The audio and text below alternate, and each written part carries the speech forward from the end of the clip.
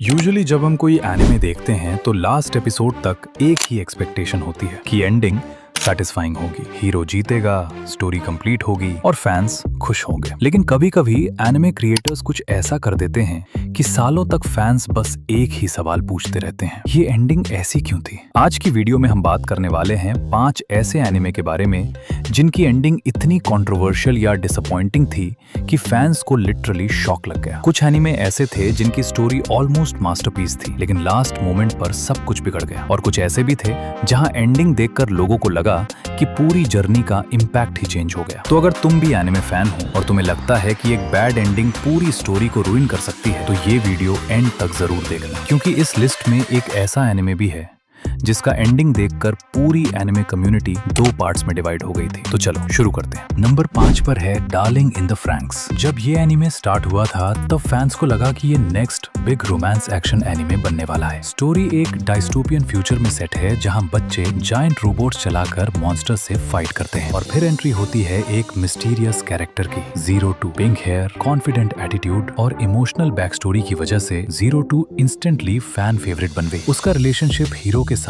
Anime का strongest point था। लेकिन प्रॉब्लम तब स्टार्ट हुई जब स्टोरी के लास्ट एपिसोड्स में सडनली एलियंस और स्पेस वॉर इंट्रोड्यूस कर दिया गया। स्टोरी का टोन कंप्लीटली चेंज हो गया और एंडिंग इतनी रश थी कि फैंस को लगा जैसे क्रिएटर्स को खुद ही पता नहीं था कि स्टोरी कैसे फिनिश करनी है। इसी वजह से एक पोटेंशियल मास्टरपीस की एंडिंग काफी लोगों को डिसअपॉइंटिंग लगी। अब बात करते हैं नंबर 4 की, और यहाँ है टोक्यो गहोल। ये एनिमे जब रिलीज हुआ था तब इसका डार्क थीम और ब्रूटल वर्ल्ड फैंस को इंस्टेंटली अट्रैक्ट कर गया। मेन कैरेक्टर केन कनेकी का ट्रांसफॉर्मेशन एक नॉर्मल स्टूडेंट से हाफ कॉल मॉन्स्टर तक काफी इमोशनल और इंटेंस था। सीजन 1 का एंडिंग और उसका साउंड ट्रैक अनरिवल ऑलमोस्ट लेजेंडरी बन गया। लेकिन जब लेटर सीजन्स आए तो प्रॉब्लम्स शुरू हो गई। एनिमे ने मांगा की स्टोरी को प्रॉपरली फॉलो नहीं किया, इंपॉर्टेंट आर्क्स स्किप कर दिए गए और स्टोरी काफी कंफ्यूजिंग हो गई। रिजल्ट, फैंस को लगा कि इतनी पावरफुल स्टोरी को प्रॉपरली अडेप्ट ही नहीं किया गया। अब आते हैं नंबर 3 पर, द प्रॉमिस्ड नेवरलैंड। सीजन 1 को लोग आज भी एनिमे हिस्ट्री के बेस्ट थ्रिलर सीजन्स में काउंट करते हैं। स्टोरी सिंपल थी लेकिन एक्सट्रीमली डार्क। एक ऑर्फनेज जहां बच्चे पीसफुली रहते हैं, लेकिन फिर मेन कैरेक्टर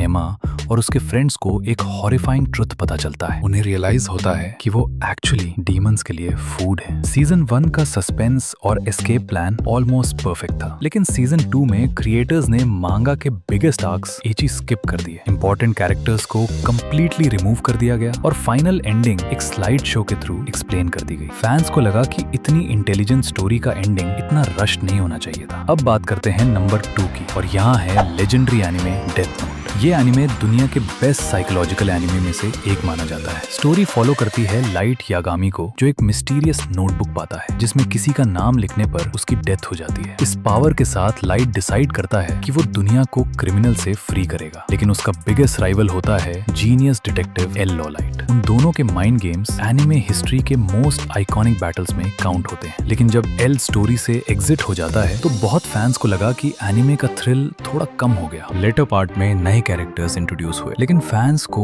ओरिजिनल राइवलरी जितना इम्पैक्ट फील नहीं हुआ। फाइनली नंबर 1 पर है एक ऐसा एनिमे जिसका एंडिंग आज भी इंटरनेट पर डिबेट का टॉपिक है, अटैक ऑन टाइटन। इस एनिमे ने इयर्स तक फैंस को मिस्ट्री, पॉलिटिक्स और इनसेन प्लॉट ट्विस्ट दिए। स्टोरी ग्रेजुअली रिवील करती है कि दुनिया एक्चुअली कितनी कॉम्प्लेक्स और क्रूअल है। मेन कैरेक्टर एरन येगर का ट्रांसफॉर्मेशन हीरो से एंटी हीरो तक एनिमे हिस्ट्री के मोस्ट शॉकिंग कैरेक्टर डेवलपमेंट्स में से एक माना जाता है। लेकिन जब फाइनल एंडिंग रिवील हुई तो फैंडम लिटरली 2 पार्ट्स में डिवाइड हो गया। कुछ फैंस को लगा कि एंडिंग रियलिस्टिक और इमोशनल थी, लेकिन दूसरे फैंस को लगा कि इतनी एपिक स्टोरी का एंडिंग और भी पावरफुल हो सकता था। इसीलिए आज भी ये एनिमे उन शोज में काउंट होता है जिनकी एंडिंग सबसे ज्यादा कंट्रोवर्शियल रही है। अब सवाल तुमसे है, इन सब एनिमे में से सबसे डिसअपॉइंटिंग एंडिंग तुम्हें किसकी लगती है? और क्या तुम्हें लगता है कि किसी एनिमे का एंडिंग कंप्लीटली पूरी स्टोरी को रुइन कर सकता है?